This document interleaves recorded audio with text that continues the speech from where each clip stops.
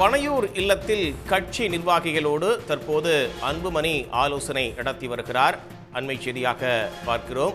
நேற்று ராமதாஸ் அவர்கள் அன்புமணியின் மீது கடுமையான குற்றச்சாட்டுகளை முன்வைத்து செய்தியாளர் சந்திப்பின் போது பேசியிருந்தார். இந்த நிலையில் நிர்வாகிகளோடு அன்புமணி தற்போது ஆலோசனையில் ஈடுபட்டிருப்பதாக தகவல் வெளியாகியிருக்கிறது.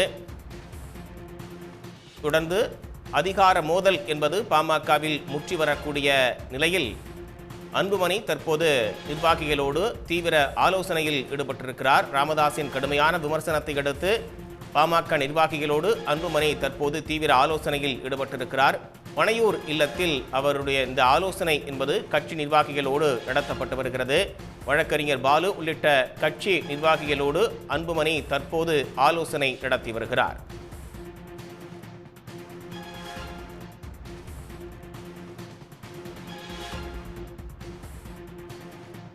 இது குறித்த கூடுதல் விவரங்களை வழங்குவதற்காக செய்தியாளர் சமய மணிவண்ணன் இணைப்பில் இருக்கீங்க.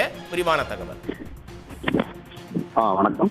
பாமக தலைவர் அன்புமணி மீது பாமக நிறுவனர் ராமதாஸ் தரமாரியாக பல்வேறு குற்றச்சாட்டுகளை தற்போது வரை முன்வைத்த நிலையில் சென்னை சோழிங்கநல்லூரில் உள்ள தனியார் மண்டபத்தில் பாமக தலைவர் அன்புமணி ராமதாஸ் தலைமையில் இன்னும் சற்று நேரத்தில் 6 மாவட்டத்திற்கு உட்பட்ட நிர்வாகிகளை சந்திக்க உள்ளார் அன்புமணி ராமதாஸ். பாமக தலைவர் அன்புமணி ராமதாஸ் மற்றும் பாமக நிறுவனர் ராமதாஸ் இடையே கடந்த சில நாட்களாக தொடர் மோதல் போக்கானது நீடித்து வருகிறது. இந்த சூழல்ல நேற்றைய தினம் அன்புமணி ராமதாஸ் மீது ராமதாஸ் அவர்கள் பல்வேறு குற்றச்சாட்டுகளை முன்வைத்திருந்தார். இதன் தொடர்ச்சியாக இன்றைய தினம் சென்னை சோழிங்கநல்லூரில் உள்ள தனியார் திருமண மண்டபத்தில் பாமக நிர்வாகிகளுடன் அன்புமணி ராமதாஸ் அவர்கள் ஆலோசனை நடத்தியுள்ளார். இந்த ஆலோசனை கூட்டத்தை பொறுத்தவரைக்கும் சென்னை, திருவள்ளூர், காஞ்சிபுரம், செங்கல்பட்டு, வேலூர், ராணிப்பேட்டை உள்ளிட்ட மாவட்ட மற்றும் மாநில நிர்வாகிகள் இந்த ஆலோசனை கூட்டத்தில் பங்கேற்க உள்ளனர். குறிப்பாக இன்று முதல் அடுத்த 2 தினங்களுக்கு, அதாவது 3 நாட்களுக்கு நடைபெற உள்ள இந்த ஆலோசனை கூட்டத்தில் 2026 சட்டமன்ற தேர்தலுக்கான வியூகம், கூட்டணி குறித்து நிர்வாகிகளுடன் அன்புமணி ராமதாஸ் அவர்கள் ஆலோசனை நடத்தியுள்ளார். குறிப்பாக ராமதாஸ் மற்றும் அன்புமணி ராமதாஸ் இடையே கடும் மோதல் போக்கு நீடித்து வரக்கூடிய நிலையில இன்றைய தினம் நிர்வாகிகளிடம் இந்த மோதல் போக்கு குறித்தும் அன்புமணி ராமதாஸ் அவர்கள் ஆலோசனை மேற்கொள்வார் என எதிர்பார்க்கப்படுகிறது. அது மட்டுமல்லாது தற்போது வரை தைலாபுரம் கூட்டத்திலும் சரி, அன்புமணி ராமதாஸ் அவர்கள் ஆலோசனை நடத்தவுள்ள தனியார் மண்டபத்திலும் சரி, அவரவர் ஆதரவாளர்கள் தற்போது வரை குவிந்த வண்ணமே உள்ளனர். தொடர்ந்து இன்னும் சற்று நேரத்தில் சென்னை பனையூரில் உள்ள அன்புமணி ராமதாஸ் தனது இல்லத்திலிருந்து புறப்பட்டு சோழிங்கநல்லூர் இந்த ஆலோசனை நடைபெற உள்ள சோழிங்கநல்லூரில் தனியார் மண்டபத்திற்கு இன்னும் சற்று நேரத்தில் செல்ல உள்ளார். இன்னும் சற்று நேரத்தில் அவர் செல்ல இருக்கிறார் அப்படின்னு சொல்லியிருக்கீங்க. இப்போ இன்னும் எத்தனை நாளைக்கு இந்த ஆலோசனையில் அவர் ஈடுபட இருக்கிறார்? மிக முக்கியமாக என்னென்ன விஷயங்கள் குறித்து இதில் விவாதிக்கப்படலாம் அப்படின்னு சொல்லப்படுது சமய மணிவண்ணன்?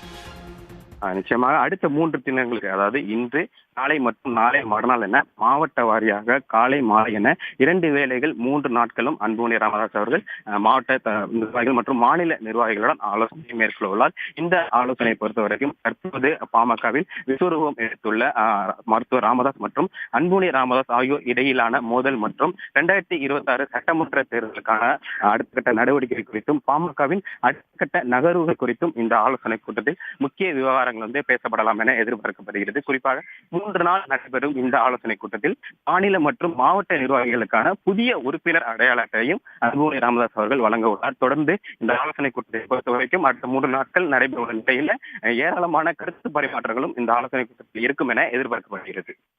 இப்போ இந்த ஆலோசனை அப்படின்றது எவ்வளவு நேரம் நடப்பதற்கான வாய்ப்புகள் இருக்கு? இந்த ஆலோசனைக்கு பிறகு அன்புமணி செய்தியாளர்களை சந்திப்பதற்கான சூழல் இருக்கா சமய மணிவண்ணன்?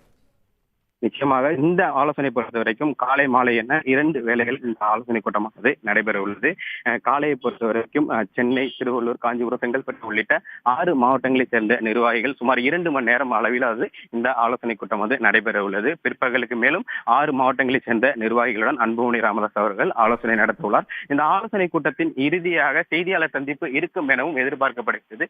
தற்போது வரைக்கும் செய்தியாளர் சந்திப்பு குறித்தான எந்த அதிகாரப்பூர்வ தகவல்களும் பாமக தலைமையிடமிருந்து தெரிவிக்கப்படாத சூழல்ல இந்த ஆலோசனை கூட்டம் முடிந்து இந்த உட்கட்சி விவகாரங்கள் குறித்தான செய்தியாளர் சந்திப்பும் அன்புமணி ராமதாஸ் தரப்பிடமிருந்து இருக்கலாம் என எதிர்பார்க்கப்படுகிறது. ஒரு கட்சிக்குள்ள ஒரு உச்சகட்ட ஒரு அதிகார மோதல் அப்படின்றது இருக்கக்கூடிய நிலையில அன்புமணி முன்னெடுத்திருக்கக்கூடிய இந்த ஆலோசனை அப்படின்றது இந்த சூழல்ல எந்த அளவுக்கு முக்கியத்துவம் வாய்ந்த ஒன்றா பார்க்கப்படுது? நிச்சயமாக பாமக நிறுவனர் ராமதாஸ் மற்றும் அன்புமணி ராமதாஸ் ஆகியோருக்கு இடையிலான மோதலானது இரண்டாவது முறையாக விஸ்வரூபம் எடுத்துள்ளது. இதற்கு முன்னதாக பாமக பொதுக்குழு கூட்டத்தில் முகுந்தன் அவர்களை பாமக இளைஞரணி தலைவராக நியமித்த போது அப்போது மேடையிலேயே தனது எதிர்ப்பை அன்புமணி ராமதாஸ் அவர்கள் பதிவு செய்தார். இதன் தொடர்ச்சியாக அன்புமணி மற்றும் ராமதாஸ் அவர்களுக்கு இடையே மோதல் போக்கு நீடித்து வந்த நிலையில தற்போது இரண்டாவது முறையாகவும் இருவருக்கும் இடையிலான மோதல் போக்கானது பொதுவெளிக்கு கொண்டு வரப்பட்டுள்ளது. இதன் தொடர்ச்சியாக இந்த ஆலோசனை கூட்டத்தை பொறுத்தவரைக்கும் தொடர்ந்து நேற்றைய தினம் மோதல் போக்கு, அதாவது அன்புமணி ராமதாஸ் மீது ராமதாஸ் அவர்கள் பல்வேறு குற்றச்சாட்டுகளை முன்வைத்த நிலையில இந்த ஆலோசனை கூட்டமானது இன்றைய தினம் நடைபெற உள்ளது. இன்று முதல் அடுத்த 3 நாட்களுக்கு நடைபெறும் ஆலோசனை கூட்டத்திலுமே பிரதானமாக அன்புமணி ராமதாஸ் மற்றும் ராமதாஸ் ஆகியோருக்கு இடையிலான மோதல் போக்கு குறித்து விரிவாக ஆலோசிக்கப்படலாம் எனவும் எதிர்பார்க்கப்படுகிறது. இப்போ நடைபெற இருக்கக்கூடிய இந்த ஆலோசனையில எத்தனை நிர்வாகிகள் பங்கேற்ப இருப்பதா சொல்லப்படுது? அவர்கள் தரப்பிலிருந்து ஏதேனும் கருத்துக்கள் சொல்லப்படுதா? தற்போது வரைக்குமே அன்புமணி ராமதாஸ் அவர்கள் ஆலோசனை நடத்தக்கூடிய சென்னை சோழிங்கநல்லூரில் உள்ள தனியார் மண்டபத்திற்கு கிட்டத்தட்ட திருவள்ளூர் மாவட்டத்தைச் சேர்ந்த 5 மாவட்ட செயலாளர்களும் வந்துள்ளனர். அதே போன்று ராணிப்பேட்டை மாவட்டத்தைச் சேர்ந்த 2 மாவட்ட செயலாளர்கள் வந்துள்ளனர். சென்னை மாவட்டத்தை பொறுத்த வரைக்கும் மொத்தம் உள்ள 8 மாவட்ட செயலாளர்களில் 5 மாவட்ட செயலாளர்கள் தற்போது வரைக்கும் சென்னை சோழிங்கநல்லூரில் உள்ள ஆலோசனை நடைபெறவுள்ள அந்த தனியார் திருமண மண்டபத்திற்கு வருகை. அதே போன்று தைலாபுரத்திற்கும் மாவட்ட தலைவர்கள் சென்றுள்ளதாக தகவல்கள் வெளியாகியுள்ள நிலையில தொடர்ந்து இன்றைய ஆலோசனை கூட்டத்தை பொறுத்த வரைக்கும் 100க்கும் மேற்பட்ட நிர்வாகிகள் அன்புமணி ராமதாஸ் தலைமையிலான இந்த ஆலோசனை கூட்டத்தில் பங்கேற்பார்கள் எனவும் எதிர்பார்க்கப்படுகிறது. இப்போ ஏற்கனவே திரு ராமதாஸ் அவர்கள் நடத்திய அந்த கட்சி நிர்வாகிகளுடனான பலமட்ட கூட்டங்கள்ல நிர்வாகிகள் யாரும் பங்கெடுக்கல. அன்புமணி தான் போன் பண்ணி அங்க எல்லாம் அந்த கூட்டத்திற்கு போக வேண்டாம் அப்படின்னு சொன்னதாகவும் நேத்து ராமதாஸ் ஒரு குற்றச்சாட்டை முன்வைத்திருந்தார். அந்த வகையில பெரும்பாலான நிர்வாகிகள் இன்று அன்புமணி நடத்தக்கூடிய இந்த கூட்டத்திற்கு அடுத்தடுத்த 3 நாட்களில் நடைபெறக்கூடிய கூட்டத்திற்கு வருவார்கள் அப்படின்னு எதிர்பார்க்கப்படுதா? நிச்சயமாக. ஏனென்றால் கடந்த சில நாட்களுக்கு முன்பு ராமதாஸ் அவர்கள் நடத்திய மாவட்ட செயலாளர்கள் கூட்டத்திற்கு எல்லா நிர்வாகிகளும், அனைத்து மாநில நிர்வாகிகளுக்கும் அழைப்பு விடுக்கப்பட்டிருந்த நிலையில மிக குறைந்தபட்ச நிர்வாகிகளே அந்த ஆலோசனை கூட்டத்தில் பங்கேற்றிருந்தாங்க. அந்த ஆலோசனை கூட்டத்தில் பங்கேற்ற நிர்வாகிகள் குறித்து தெரிவிக்கும் போது கூட இந்த ஆலோசனை கூட்டத்தில் பங்கேற்க உள்ள நிர்வாகிகளை அன்புமணி ராமதாஸ் அவர்களே நேரடியாக தொடர்பு கொண்டு ஆலோசனை கூட்டத்தில் பங்கேற்க வேண்டாம் என வலியுறுத்தியதாக ராமதாஸ் அவர்கள் குற்றச்சாட்டை முன்வைத்திருந்தாரு.